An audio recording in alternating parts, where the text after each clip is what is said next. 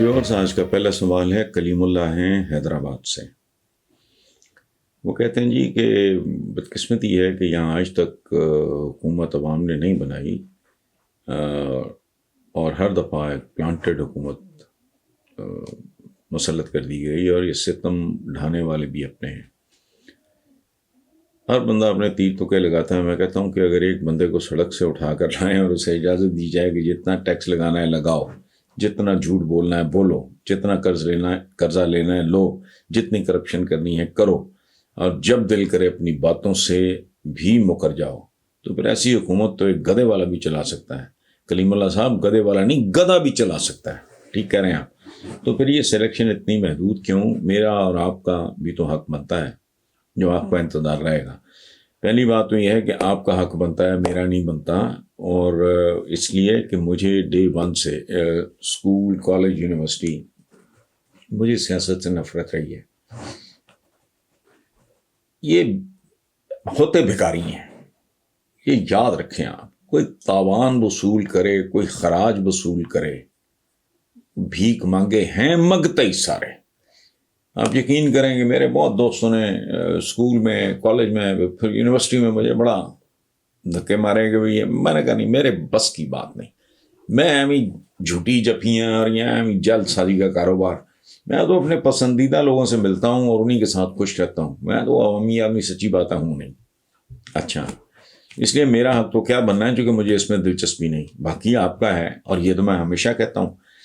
کئی بار میں نے یہ کہا ہے کہ ہمارے محروم کلاسز کے جو بچے ہیں، ہمارے جو lower middle class, upper middle class کے بچے، جج، جرنیل، جرنلسٹ، رائٹر، مصور، شاعر، painter, I T experts, bureaucrats, اور جو چاہیں بن جاتے ہیں، بن سکتے ہیں، لیکن یہ عجیب نحوست ہے کہ اسمبلیوں میں کیوں نہیں جا سکتے۔ جو آپ کی بات ہے وہ ٹھیک ہے، لیکن یہ جزوی طور پہ ٹھیک ہے۔ اس کی وجہ ہے کہ میں اس کا عینی شاہد ہوں۔ آپ اس وقت، پتہ نہیں آپ کی ایج کیا ہوگی، بھٹو کو کس خطے میں ڈالیں گے؟ ویسٹ پاکستان میں تو مکمل طور پہ بھٹو نے سویپ کر دیے۔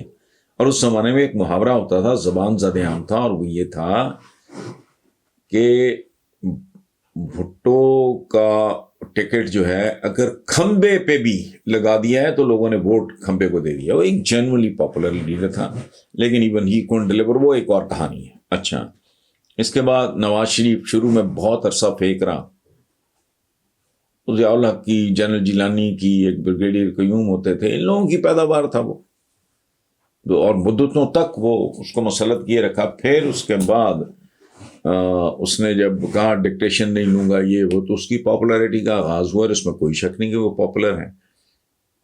وہ کم از کم ایک دو جو الیکشنز ہیں ان میں تو وہ ٹھیک ہے، پیپلز پارٹی کو پروموٹ کرتی نہیں، سرٹن فورسز، یہ وہ سارا، لیکن الٹیمیٹلی تو ہی emerged as a popular leader, اس میں تو کوئی شک نہیں ہے۔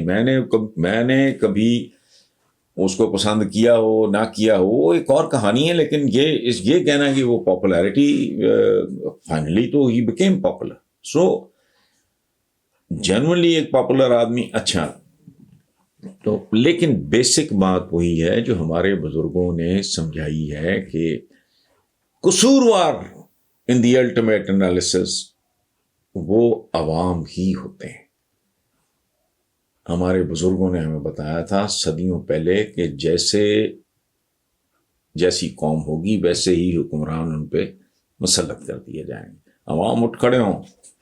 شاہ ایران کا قلعہ کتنا گہرا اور کتنا مضبوط تھا، دھجیاں اڑا کر رکھنی ایرانین سے، زندہ قوم ہے۔